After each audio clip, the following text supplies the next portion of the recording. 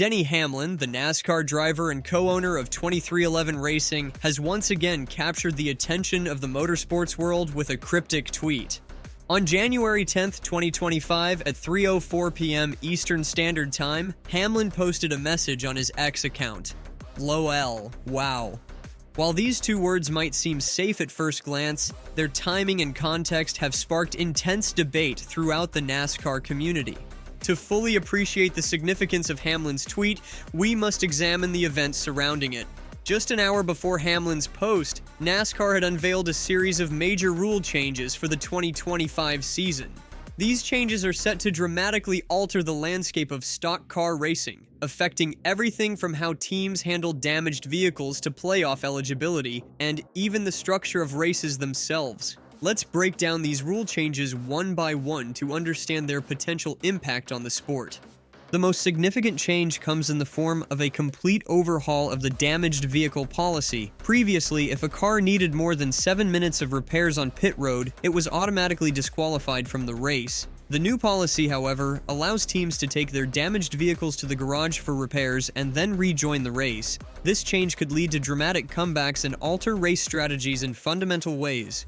It's important to note that the 7-minute repair limit still applies on pit road, with an 8-minute allowance for Atlanta races. Cars must also beat the DVP clock to the pit exit or face penalties. This rule maintains a sense of urgency in repairs while giving teams more options for getting their cars back into competitive shape. Next, the playoff system has undergone substantial modifications. Under the new rules, drivers who receive waivers to remain playoff eligible after suspensions or skipped races will forfeit all earned playoff points. This includes points accumulated up to that point and any they might earn in the future. There are exceptions to this rule, however. Drivers who miss races due to medical absences, family emergencies, childbirth, or age restrictions will not be penalized. Additionally, drivers starting the playoffs with waivers will be limited to 2,000 points in the reset standings, potentially putting them at a significant disadvantage. NASCAR has also introduced stricter penalties for manufacturer infractions. These include reduced manufacturer points for violations and the potential loss of wind tunnel and computational fluid dynamics testing privileges. This move aims to ensure a level playing field among manufacturers and discourage any attempts to circumvent the rules. The sanctioning body has updated the language surrounding its 100% rule regarding race manipulation. The new wording targets competitors who manipulate the outcome of an event, expanding beyond the previous focus on altering finishing positions. This broader definition gives NASCAR more flexibility in addressing potential infractions. Perhaps the most controversial change is the introduction of the Open Exemption Provisional. This new rule allows NASCAR to guarantee an open team as the 41st entry in a race. The provisional must be requested by a team and approved by NASCAR. This change has the potential to significantly impact race entries and field sizes, particularly for high-profile events like the Daytona 500. These rule changes come at a time when NASCAR is already facing significant challenges, including an ongoing lawsuit filed by 23XI Racing and Front Row Motorsports against the sanctioning body. The legal battle stems from these teams' decision not to sign NASCAR's 2025 charter agreement. Despite this, they have managed to secure chartered status through the ongoing legal case. Recent developments in the lawsuit have added another layer of intrigue to the situation. U.S. District Judge Kenneth Bell recently denied NASCAR's motion to dismiss the case, stating that the teams must be given a full opportunity to pursue discovery of the relevant facts. In his ruling, Judge Bell wrote, "What is the actual evidence and how does it inform a correct legal conclusion? These questions cannot be determined on motions to dismiss in this action, where plaintiffs have sufficiently alleged one or more plausible anti-rust claims against defendants within the applicable period of limitations." Furthermore, Judge Bell rejected NASCAR's motion to require 23XI and Front Row Motorsports to post a bond in excess of $10 million for each car. NASCAR had argued that it would be harmed by a court-ordered injunction enforcing the two teams' chartered cars in 2025. However, the judge found this argument unconvincing.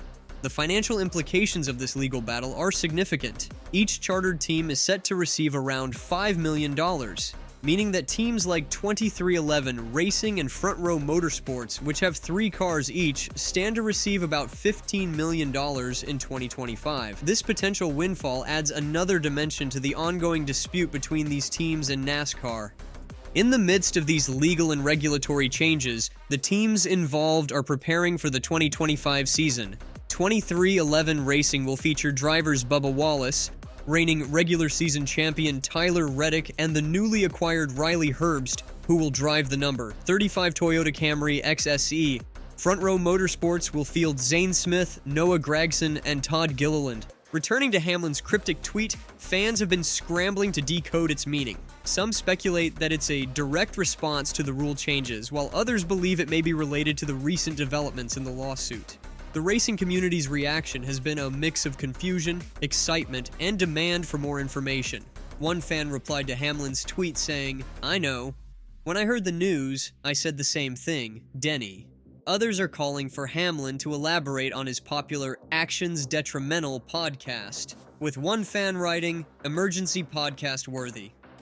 Adding another layer to this complex situation is a significant personal development in Hamlin's life. He and his fiancée, Jordan Fish, are expecting a baby in June 2025. This news could potentially impact Hamlin's race participation and how the new playoff waiver ruling affects him. Under the revised rules, Hamlin would be exempt from playoff point penalties if he were to miss a race due to the birth of his child. The potential impact of these rule changes on race strategy and team dynamics cannot be overstated. The new damaged vehicle policy in particular could lead to some dramatic shifts in how teams approach races. The ability to repair cars in the garage and return to the race opens up new strategic possibilities. Teams might be more willing to take risks early in a race, knowing they have a better chance of recovering from damage. The playoff waiver implications are equally significant. Drivers and teams will need to be even more cautious about actions that could lead to suspensions or missed races, as the consequences for their championship hopes could be severe. This could potentially lead to more conservative driving in certain situations, particularly as the playoffs approach.